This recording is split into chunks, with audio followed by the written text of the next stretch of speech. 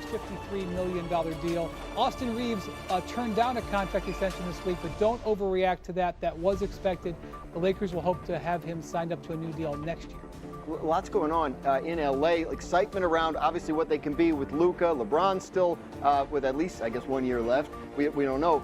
But in order, they talk about championships in LA. Like, that's what matters. So how do they get back to that level? Well, you would love to mirror what he did in Dallas when they had Daniel Gafford and Derek Lively. Unfortunately, both those players are probably not available to get them to Los Angeles here. It starts with the center position, but how do you go out and acquire one? They have the $5.7 million tax mid-level exception to go out and sign a player. It's a below average in total free agent market here. When you look at players like, certainly Luke Cornett is an interesting name. Jackson Hayes, who was here last year. Al Horford, who is 39 years old. Clint Capella is an interesting name. That is the priority. Now, outside of free agency, you're looking at the trade market. You're looking at the players on your own roster, whether it be Gabe Vincent or Rui Hachimura, Maxi Kleber, who are all on expiring contracts. You have $60 million plus, and you've got a first-round pick in 2031. But it takes two to tango. I was going through some names when I was sitting on the side here, and I'm having a hard time coming up with a true trade that the Lakers could do right now. Tim, what do you think the Lakers' priority needs to be in these upcoming months? Well, as Bobby said, the challenge here is figuring out who to plug into the holes the Lakers have. The holes are pretty clear. It starts with that center, preferably a rim-running center who can protect the rim, which has always been a great thing for Luka Doncic to have. They need more perimeter defense. They need more shooting across the roster for guys like LeBron James and Luka Doncic to set up for open threes. One thing those guys are both excellent at doing. So, look. The thing to look at with the Lakers is, as you said, Graz, the goal is to win championships. They lost in 5 games in the first round to the Wolves. The Wolves lost in 5 games in the conference finals to the eventual champion Oklahoma City Thunder. That is the gap that we're talking about the Lakers having to make up.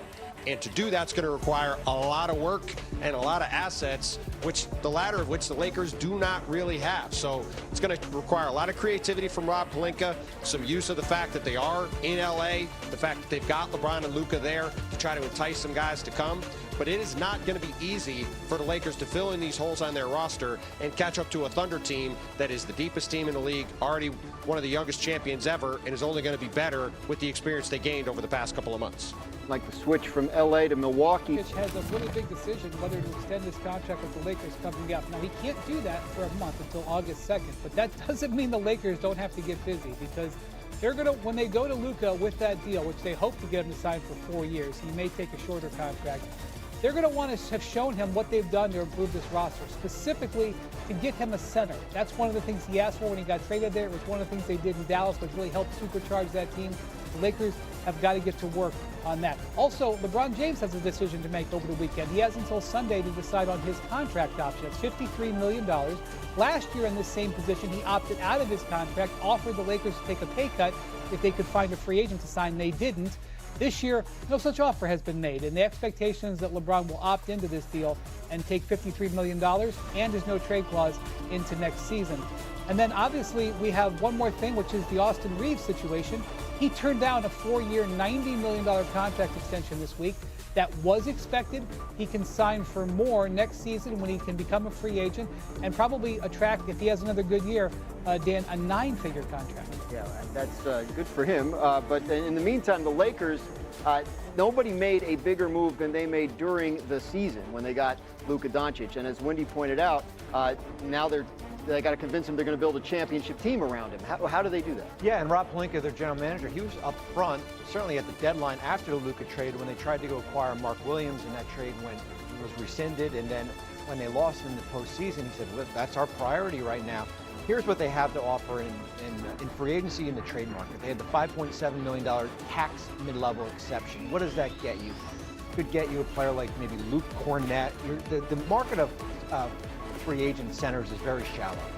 Al Horford is certainly another name. Larry Nance Jr. Certainly Jackson Hayes, who is already there. Precious Achiuwa, Clint Capella. Those are some of your veterans there. Mason Plumlee, as we said. The other thing to focus on is the trade market. They have over $60 million in expiring contracts. Gabe Vincent, Rui Hachimura. They've got a first-round pick in 2031 or 32 to go out and make a deal. It's interesting, yesterday the Lakers sent out cash in a trade with Chicago. that has hard capped them at the second apron. They've got the flexibility still to make a deal. They're about $16 million under, so they have to prioritize how to make the money work. They're not allowed to take back more money in a trade. So if they trade a $12 million player, they can't take back $14 million salary because of the apron rule. So we'll watch what the Lakers do over the next couple of weeks here. Tim Bontemps, what do you think the Lakers should be doing over the next couple of weeks here? Well, Bobby just nailed it, Graz. They have to go get a center. They have to also get some shooting on the perimeter. They need some more athleticism defensively on the perimeter. And look, all you got to do is look at how the Western Conference playoffs shook out.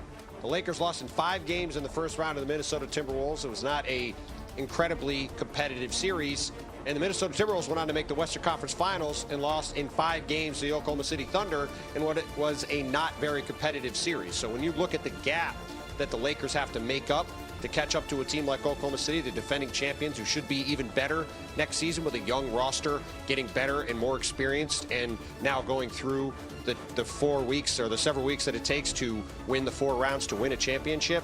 The Lakers have a lot of work to do this summer to get to that kind of level, obviously with limited assets, as Bobby just laid out. But the first thing they have to do is go out and find a center. You look through that available list, there is not exactly a guy sitting there that's going to be the kind of lob threat and rim protector that Luka Doncic thrives so much playing alongside. Wendy, how do you see this summer playing out for the Lakers?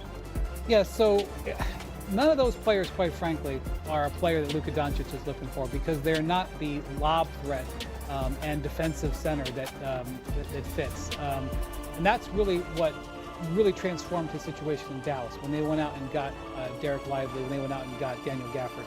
So the Lakers are going to have to use these expiring contracts. And I will say, there should be a deal for them to make. Now, whether or not it will transform them as a team, I don't know. But they've prioritized it. They've had months to analyze it. They've had months to have negotiations. There's no reason why in the next few days they shouldn't be able to execute a trade. If they do not, they are going to basically be going to Luka and saying, hey, trust us. And maybe Luka will. Luka has given no indication that he won't sign that contract, but ideally you want to get that locked up so that you can approach with new ownership a multi-year approach to building around Luka Doncic. Right, so we'll keep a close eye on that. We're also keeping a close eye on Giannis LA. Yeah, so August 2nd is a very important day for the Lakers. Why?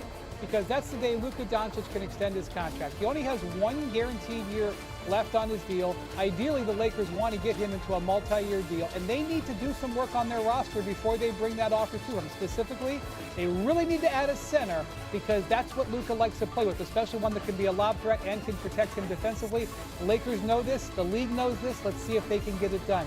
There's also some business over the weekend for superstar LeBron James. He has a option to pick up and decision on a $53 million number for next year. Last year in this exact spot, LeBron opted out of his contract and offered the Lakers that he would take a pay cut if they could find some free agents to go for it. They didn't do that at that time. This year, that offer is not on the table, and the expectation is that LeBron will pick up this option and stay at $53 million with a no-trade clause. But there will be no new contract for all